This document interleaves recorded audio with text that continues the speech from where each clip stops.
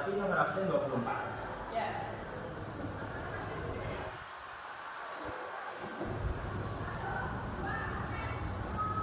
Yang pertama ada transmigrasi data. Transmigrasi data adalah proses mengirim data dari satu sumber data ke penerima data menggunakan komputer atau media elektronik. Kemudian media transmisi data yaitu pertama serat optik atau fiber optik, yaitu medium dari plastik yang fleksibel tipis dan mampu menghantarkan sinyal atau data. Kemudian yang kedua yaitu gelombang mikro atau microwave, yaitu menghantarkan data jarak jauh dan untuk antena parabola. Yang ketiga kabel koaksial, yaitu digunakan untuk transmisi telepon, TV, kabel, dan TV jarak jauh menggunakan frekuensi yang tinggi. Kemudian ada gelombang radio digunakan pada band VHF dan UHF, yaitu 30 MHz sampai 1 GHz.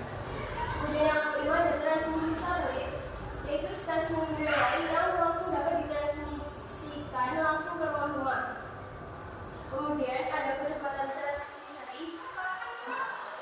Yang pertama kecepatan transmisi seri, yaitu data yang diterima harus mencapai jumlah bit tertentu karena satuan yang digunakan adalah bps atau bit per second. Yang kedua ada kecepatan transmisi paralel, yaitu data yang diterima menyatakan banyaknya jumlah bit per karakter dengan satuan kps atau karakter per second. Kemudian rumusnya adalah st sama dengan a sin 2pi ft plus theta. Jika kecepatan sinyal besar, maka lebar beta menjadi besar juga. Ya, kemudian di sini ada jenis transmisi data.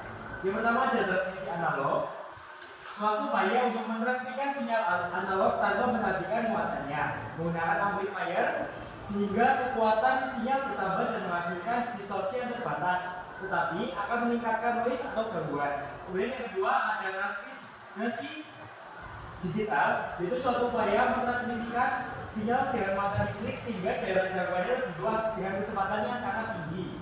Penggunaan repeater yang menghasilkan sinyal 1 atau 0 akan tidak terjadi distorsi. Kemudian yang kedua ada penyimpanan data. Pengertiannya merupakan sebuah komponen yang terdapat di dalam komputer modern yang berkaitan dengan mikroprosesor berfungsi untuk mempertahankan informasi.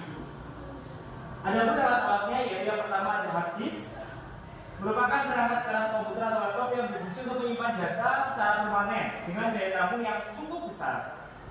Namun data-datanya tidak akan hilang atau terhapus. Yang kedua ada flash disk. Alat penyimpan data yang umumnya memiliki kapasitas memori 128 MB sampai 64 GB dengan menggunakan interface jenis Universal Serial Bus, sangat praktis dan ringan. Kemudian yang ketiga ada floppy disk, merupakan alat untuk membaca disket sebagai tempat menulis dan menyimpan data sehingga menjalankan sistem operasi dari aplikasi.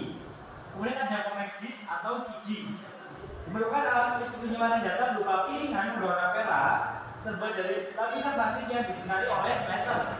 Kemudian ada digital video disk atau DVD, merupakan alat untuk penyimpanan video dan data secara optik untuk membaca DVD menggunakan sinyal laser dengan panjang gelombang.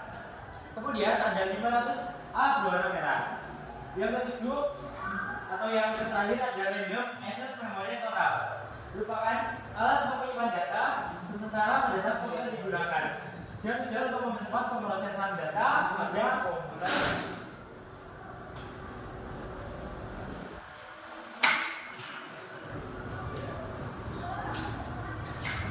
Selanjutnya ada sumber energi terbarukan dan tidak terbarukan.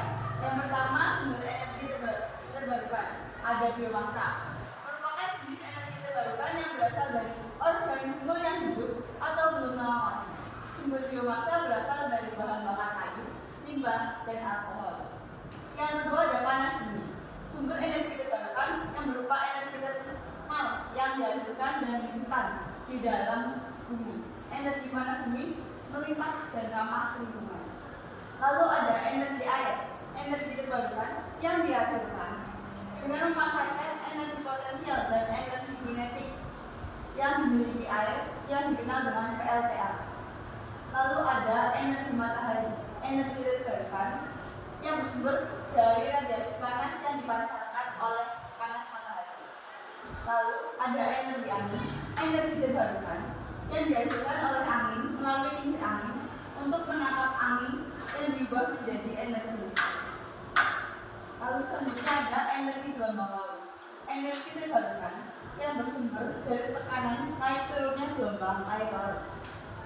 Lalu yang terakhir ada biogas, energi alternatif yang dibuat dengan memanfaatkan kotoran sapi melalui proses anaerobisation atau tanpa menggunakan oksigen.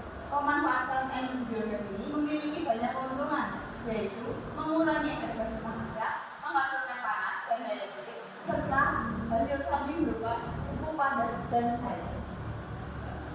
Lalu kita masuk ke yang kedua, sumber energi tak terbarukan. Energi yang tidak dapat diperbarui jika telah digunakan sehingga cadangan energi ini semakin lama semakin berkurang sampai suatu saat bisa habis. Sumber energi yang tidak dapat diperbarui contohnya minyak bumi, gas alam, dan juga batu bara.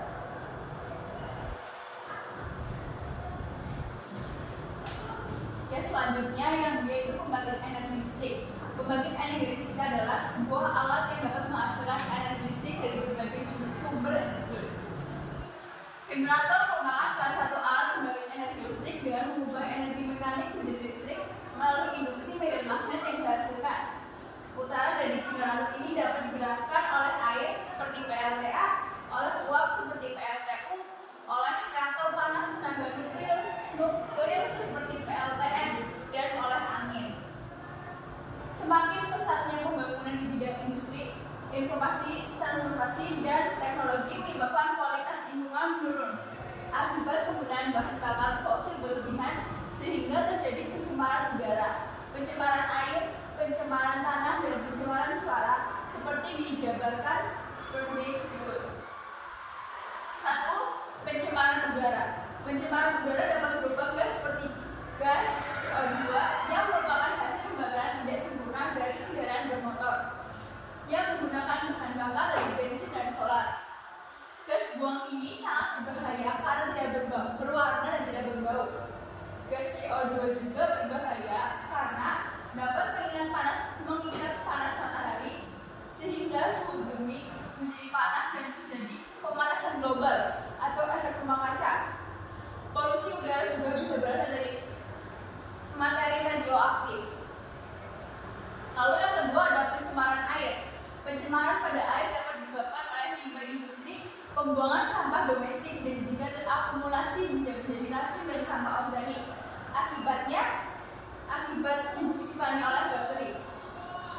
Pencemaran di laut juga bisa disebabkan oleh tumpahan minyak bumi akibat kecelakaan kapal tanker minyak yang bisa merusak terumbu karang.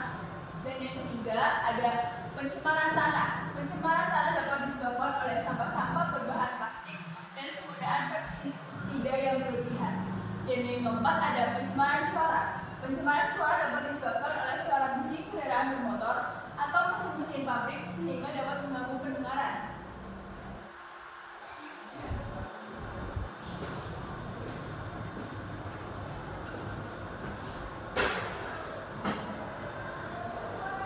Ya, sekian presentasi dari kelompok kami berkaitan dengan materi teknologi digital yang sumber energi. Mohon maaf apabila ada kesalahan dan apa yang disampaikan terdapat kekeliruan. Kelompok kami izin pamit dan undur diri. Wassalamualaikum warahmatullahi wabarakatuh.